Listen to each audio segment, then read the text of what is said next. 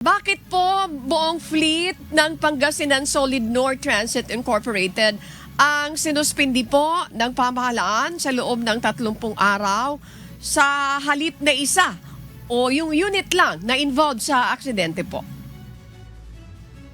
Ang LTFRB board bago po mag-issue po ng ng preventive suspension ay pinag-aaralan po nila kung ano po yun na karapat na preventive measure lalo na po sa ganitong kalubhang road crash.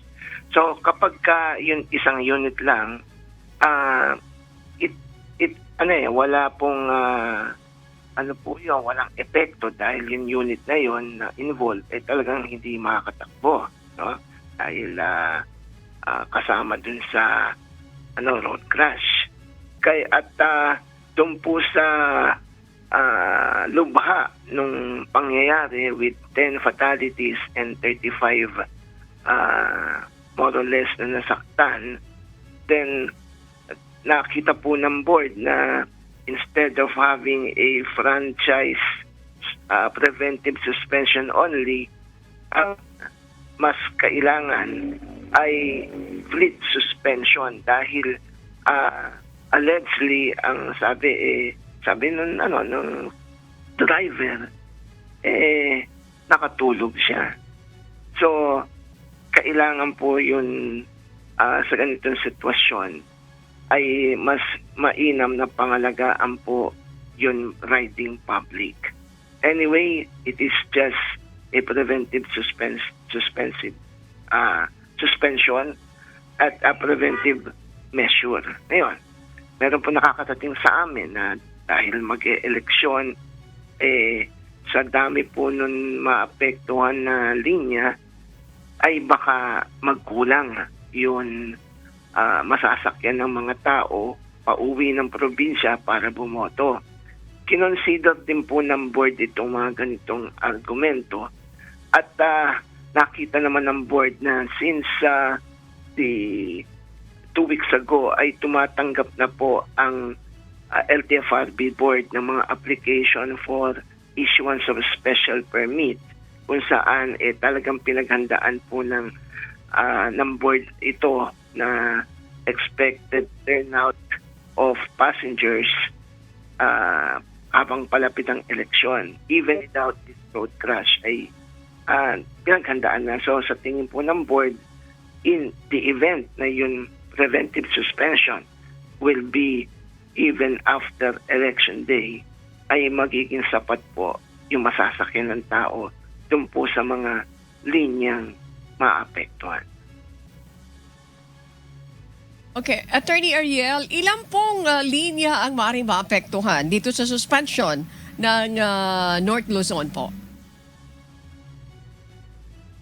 Marami po yan at dito po sa order, pag pinilang natin yung bus, about 200 plus units.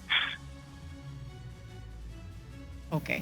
So at this point, ano yung mga hakbang may pinag-utos na po ng pamahalaan? Laban doon sa driver, laban doon sa kumpanya ng bus. Kaugnay nitong nakakalungkot na aksidente na ito. Attorney Inton, imagine, galing ka ng Cubao, papunta ka ng Pangasinan, ilang oras lang naman po yung biyahe, pero antok na siya. Yun po ang mga naririnig natin ng mga reaksyon ng ating mga kababayan. Opo, doon po sa inisyong order ng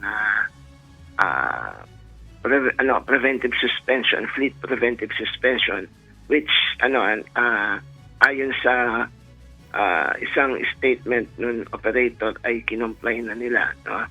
Ay merong mga dapat pa silang gawin, no? Para isubmit sa board. Among them are drug tests for their bus drivers, lahat po, by an accredited testing center ng DOH, and then kailangan po yung inspection, no?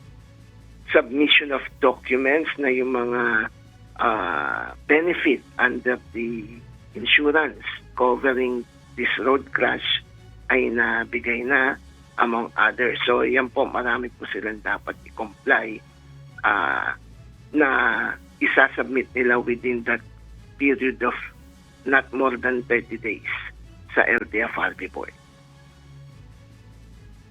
Okay. Liwanagin lang natin po, Attorney Ariel Enton, ano yung papel ng LTFRB sa pagsasampa ng kasong kriminal laban doon sa driver at laban din po sa kumpanya ng bus? Well, wala pong prosecutorial power ang LTFRB. Therefore, we could not be actively prosecuting this case. As a matter of fact, ito rin pong dyan is, since ang LTFRB board will hear the case dun sa road crash pa, dun po sa operator, sa quasi-judicial function, ang maaring maitulong po ng LTFRB is to make available all documents, papers, franchise-related matters sa mga biktima, no, in case they will be filing a case. Now, dito po sa accident, dito sa road crash, dito sa SCTEX, no, based on the police report and the investigation of our regional director, investigation of the police, yung pong mga nasawi and those na marami sa mga nasaktan are non-passengers. So they will not be covered by the personal passenger accident insurance. Ang magiging coverage nila ay yung tinatawag natin third-party liability. Iba po ang coverage nun. Ang amount po doon ay 200,000 per accident, hindi po per person. Kaya yun po ang isang nakakalungkot doon na although we have to say na buhay din yan, why do we have to distinguish that sa terms ng insurance? Kaya nga matagal na po na may mga transport groups, even us, no, when I was with the Lawyers for Commuter Safety and Protection, even Attorney Jojo Guadis, our present LTFRB chairman, matagal na pong pinupush na dapat ay mag-increase na po yung TPL benefits. Ito nga nangyari.